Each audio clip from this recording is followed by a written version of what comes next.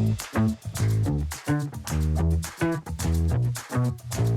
everybody. Welcome to the last of the three pieces, unless you plan to do the bonus Tableau piece, for the Microsoft PowerPoint overview here portion of the launch session materials. So hopefully you can get this shell wherever you're kind of watching this. It should seem pretty straightforward and pretty easy in terms of we haven't really done much here.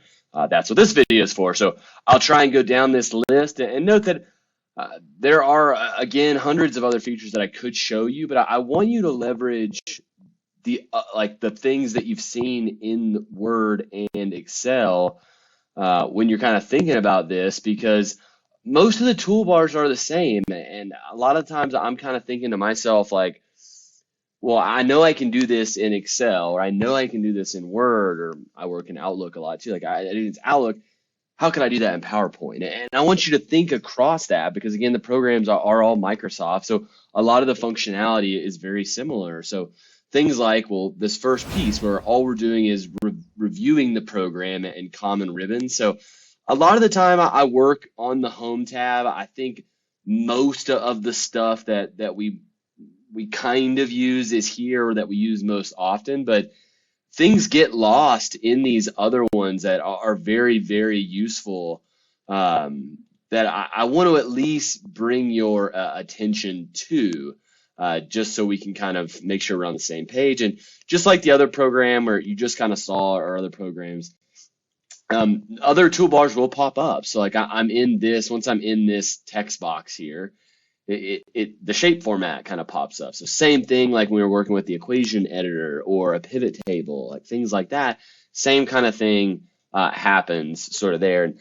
I'll again preface this with, if you're using a Mac, I apologize in advance. I'm the least knowledgeable of the similarities between the Mac and the PC, between the PowerPoint version.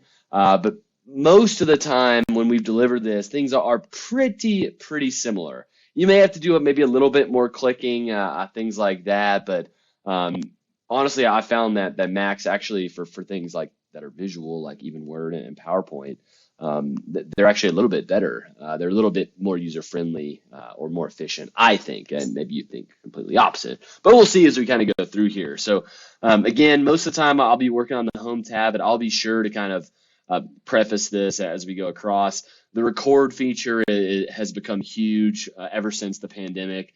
When I first started recording on PowerPoints, it was the worst. It would like automatically overwrite if I was kind of going in a different order, which is no fun whatsoever. It's gotten a lot better in terms of that. And especially if I can recommend really anything, is a second screen if you're doing a lot of recording and presenting, because there is this very bottom section in PowerPoint where you have your notes slide, where when you're presenting, one slide can show the title, whatever the slide is, and then the other side, it's got the presenter view. And here I can show you here when I do Home.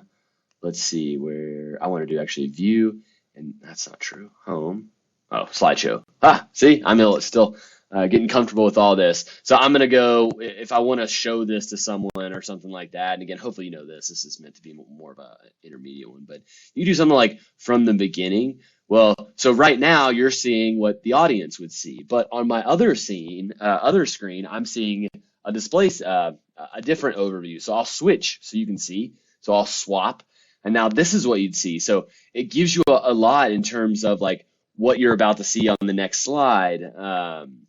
Also over here in the notes section, like your notes will be there. So if you have any like things you want to make sure you highlight, or statistics, and this can keep you from really having your slides be super wordy and things like that. So just kind of keep that in mind in this slideshow, which I think is very, very useful. I'll cite a lot of things, like I'll have sources down there. Okay, so if you want to build out sort of a set of slides that look identical, there's an easy way to do that, especially like you might notice that this one's already a little bit gray. That's because I've changed the background.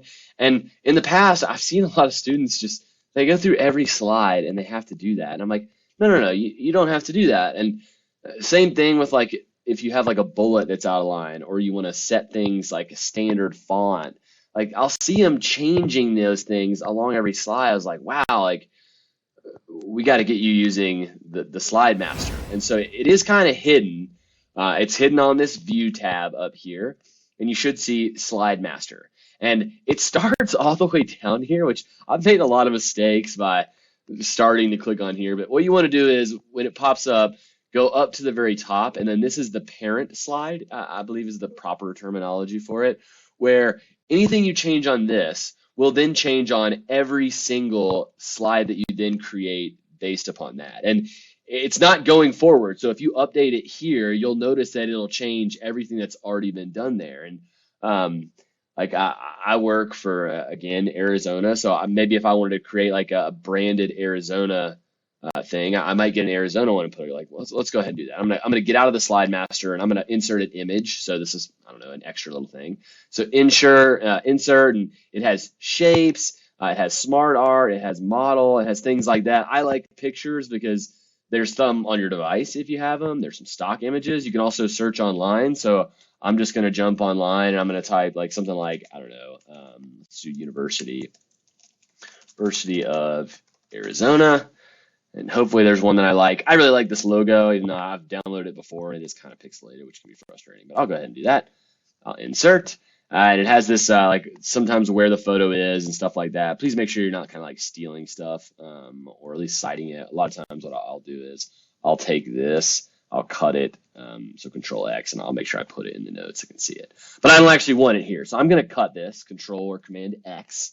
You can also right click and do that. And I'll go back to the slide master. So view, slide master, and then again, I don't know why it always starts me in the middle, but I'll go here. And let's say I just want the logo maybe in the bottom left corner all the time. So I'm going to right click outside of the box. You could put it in here, but that's going to make your life more difficult. So I'm going to right click, do the image, and it's huge. So I'm going to resize it from the corner. We always do that to keep the aspect ratio the same. Don't ever please go from the side or the bottom. That makes things terribly, it can just look clunky.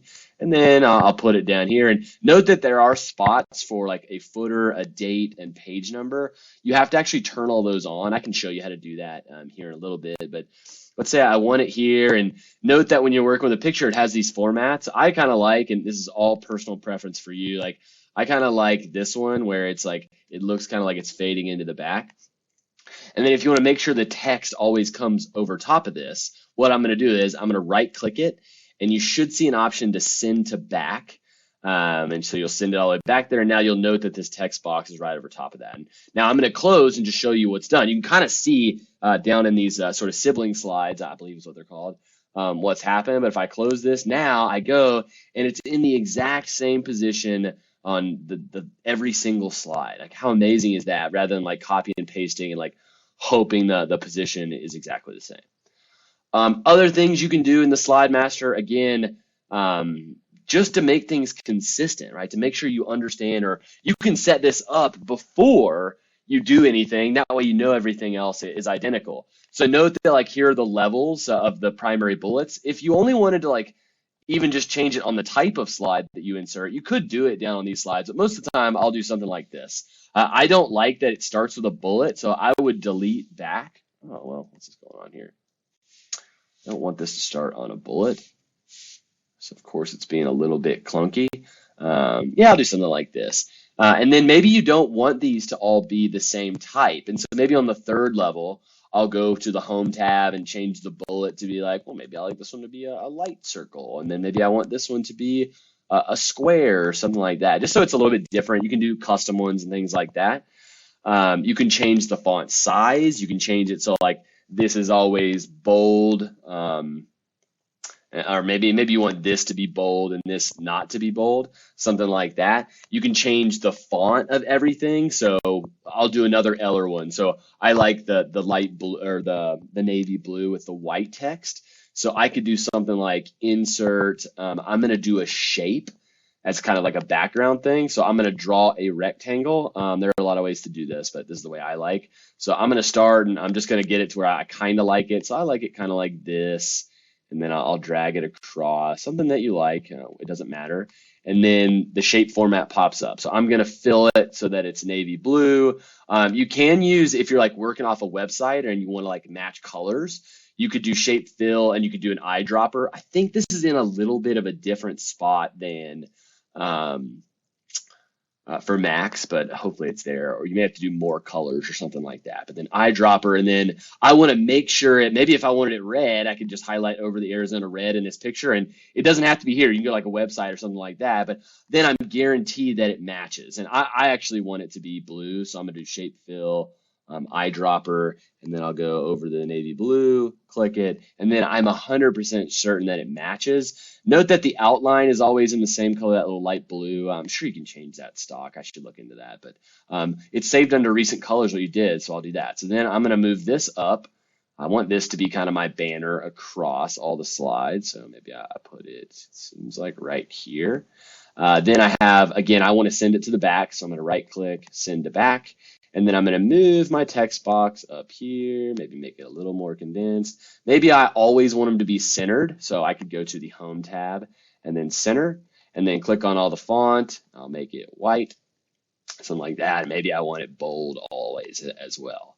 And so then it's always going to be set up like that as you kind of go forward. Note when you're doing it up here, it might make things a little bit clunkier down here, so you may have to go in like kind of like this one. See, it's just based upon that, but you can go in and manually do this, and it does take a little bit of time early. Like I'm not gonna to fight that, but think about how much time you'll save by not having to reformat or move things around or make sure they all match and they're aligned in the same place.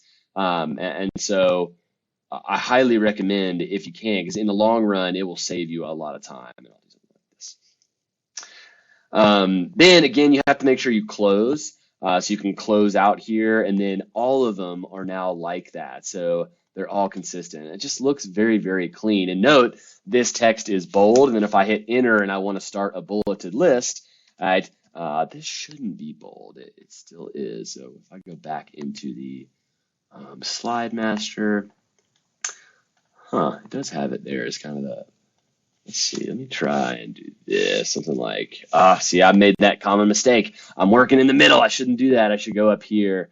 And then maybe if I do here and unbold, it's still bolding everything together. So I'm clearly, obviously not an expert here. So yeah, you may have to do something where you kind of play around with it. I'm just going to do the undo, so it's kind of like that. And then maybe you like, I don't know, I want this second level to always be red. Like this is something I can kind of figure out, like how I've made a mistake or where I can fix it. Same thing, you can kind of mess around with the page numbers, like have your name or something. I'll show you how to do those in just a second. So a lot of things you can do here. Again, I don't have time to show you kind of everything, but then if I do this, hit enter, and then maybe it's because it's that second one. The second one will always be red, something like that. So I'd have to go back in and play around to figure out what's going on with the first level, but you all can do that if you want. A new kind of feature or new-ish feature as well is, let's say you don't want them all the same, or you have no reason to do that and you just want to get creative. What you can do is you can bring images in and then have a design around them. So I'm going to cheat. I'm just going to insert that same picture that we had. So insert pictures. I'll do online again. So I'll do University of Arizona, and I'll click this one, insert, and I already cited it, so I don't need it. Oops. You'll see that it actually already popped up. But no, like it'll give you a bunch of design ideas. If you throw too much of it at it, like 8 pictures or something like that, it might freak out and be like, no, that's not what I want. But it's an easy way to kind of, maybe if you don't want every slide to look the same because you think that might get sort of, I don't know, dreary or boring or lose attention or something like that, this is a nice option, and it usually has a ton of ideas that you can kind of go in here. It does change the different slide types and things like that, so just be careful. You can always close it so it doesn't do it, and then I'm going to undo, so I'm not kind of working about that. So that one's kind of short and sweet. I guess let me redo Control Y or Command Y. Let's see here. You can do things like animations with the slides. I'm assuming most of you all know this, but if you're clicked on a slide, just hit enter. Like there are a bunch here. So maybe if you had two images, so maybe I'll do this. One thing I'll show you will be the animation pane. I'll do this one, and then I'll do insert a picture, and then online pictures, and maybe we want to do something like Old Main, Arizona, something like that. See if it brings up the picture of Old Main. It may not find it, but I did. This is a pretty cool one. Somebody's walking in front of that one. Let's do this one. It's kind of like a little classic picture one. Insert. All right, and you are going to have to kind of maybe refit this or something like this. This is Old Main, St. Mary's Hospitality, Tucson, but that's all right. Doesn't really matter. But you can use animations. So like maybe you want this picture to come in and this picture, or this picture and then some text. You can do it with different lines of text as well. But maybe I want this one to appear and this one to.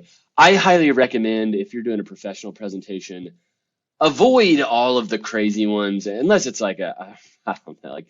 I honestly know. Like I'll see my students do like the bounce one, and it gives you a little preview, and it's fine. But if like I don't know, it just seems like maybe it lacks a little bit of professionalism. But then we can do slideshow and from the current slide, and I'm hitting the space bar, and they'll pop up. If you ever set it like different ordering, what you can do is underneath the animations, you have the animation pane that you can click on. And then you can move these things and drag them. So I just flipped the order, and it will kind of show you right here. So rather than turning things off and on, you can do that. You can set it up to like automatically play. I don't use this. Even I teach a lot online, and I still don't use it. If you're ever kind of presenting and for some reason like your slides keep moving forward or backwards and you don't want them, it might be because under the slideshow tab you have like play the narrations or use, I think it's actually use the timings. It's somehow gotten set in there, and I usually try and uncheck it, and that's kind of solved a lot of my problems. So animations can be fun. There is a lot that you can do with these.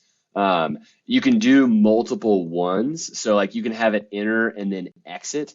So I can click on Arizona. So this one bounced in. I can also do an animation, and I think if I do disappear, it'll do it. It will not, so I forgot. So I'm going to undo that. What I'm going to do is I'm going to click on it, and you have to do add animation, and then it should, if I do exit, it should have both. Yeah, so picture in, then that. So let's preview it, slideshow from the current show. Here's this, comes in, second image, and then it disappears. So if you want something like that to like replace it, it's possible. There's a lot you can do. In terms of slideshow options, yeah, I kind of already talked about those. You can kind of where you want to play it. You can customize some things. You can rehearse. Honestly, I haven't used a lot of these features, but if you're someone that really likes to practice, if you want to make sure like it's like presenting correctly, note that I have a second monitor, and you could tell it like, well, either automatically pick it up or make sure it's on the second monitor. That way it's going to my other screen. Make sure if you're sharing this virtual, though, that you're sharing the correct screen. I've had some employers actually come present to my classes, and they're accidentally showing the one with the notes on it. And if you're reading off of it, it looks kind of tough. So you can always change that, which is really nice.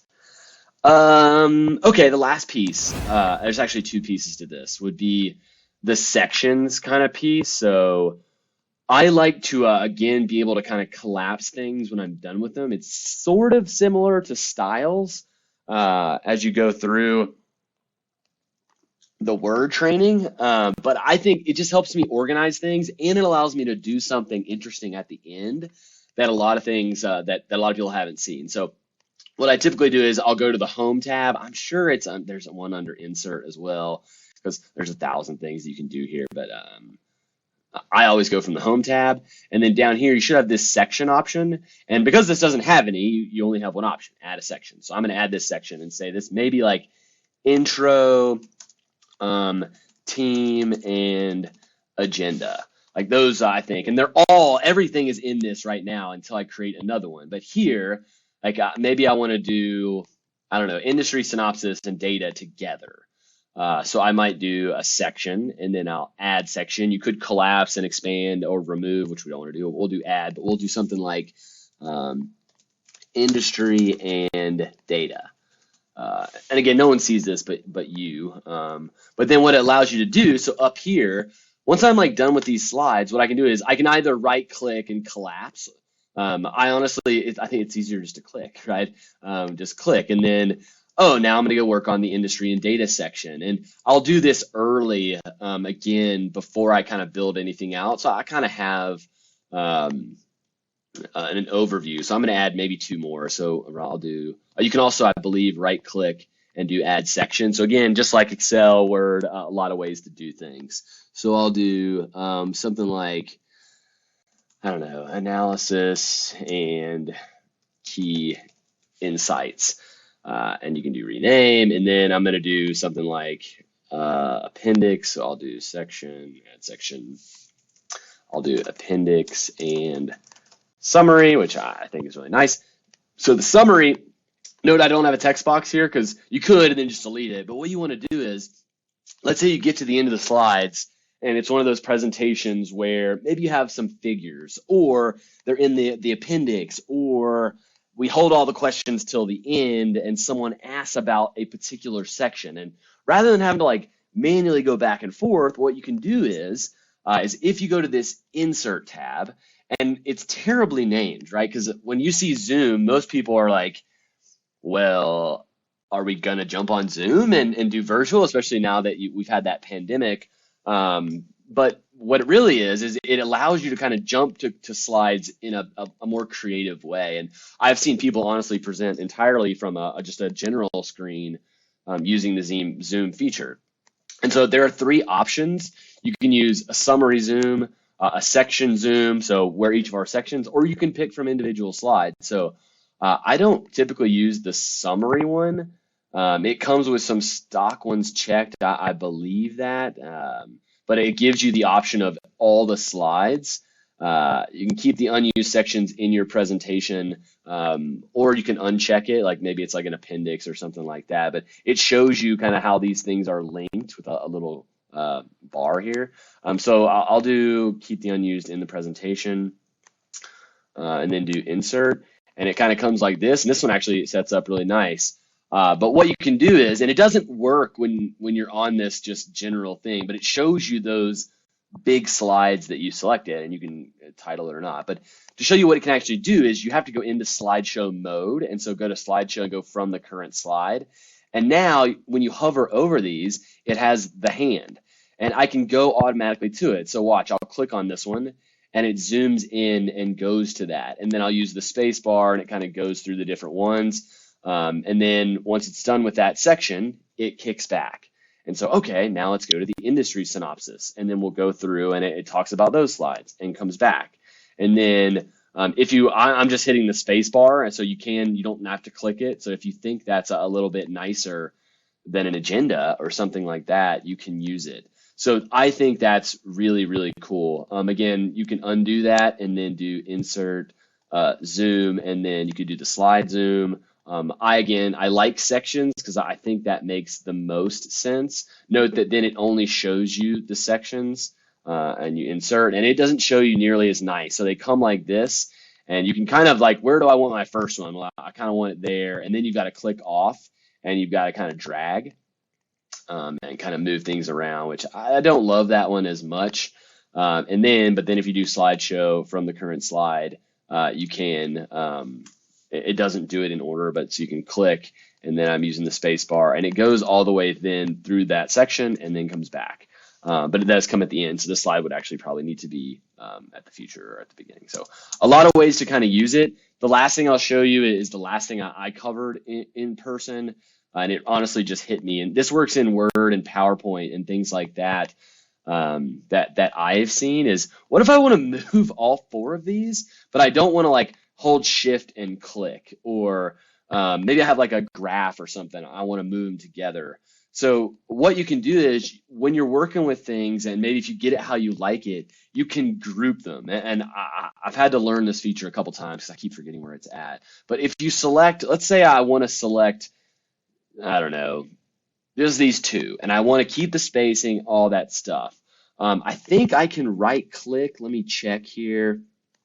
Yeah, right click and group, and I can make them a group and move them together. I can't remember if it's on, which of the pages. Again, I love right click if I can do that, but let me see if I can.